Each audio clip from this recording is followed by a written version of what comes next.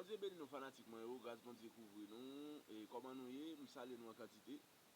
Je dis à me venir avec un bel groupe pour nous qui fait sous accord dit mi-marge. Ok, je vais faire groupe ça très lent. Et pour nous mêmes fanatiques qui cap suivre, pour nous capables d'apprendre groupe ça ensemble avec nous.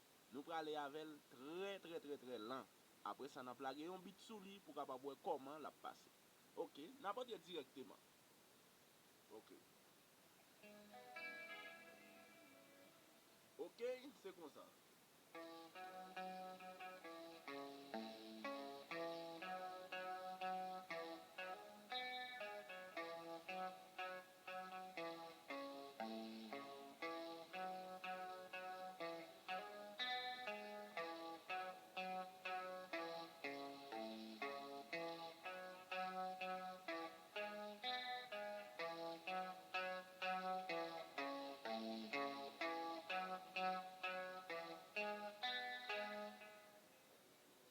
Ok, très facile.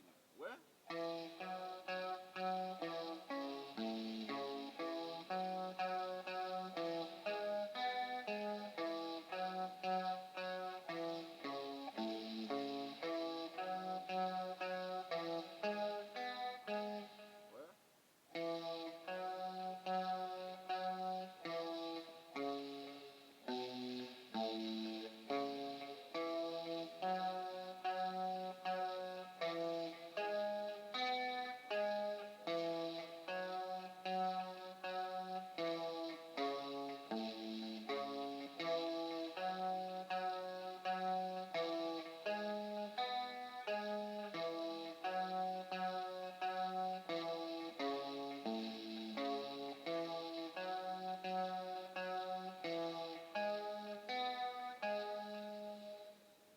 Ok, n'a plagué bit là en balle pour capable voir comment la passer en bas bit là.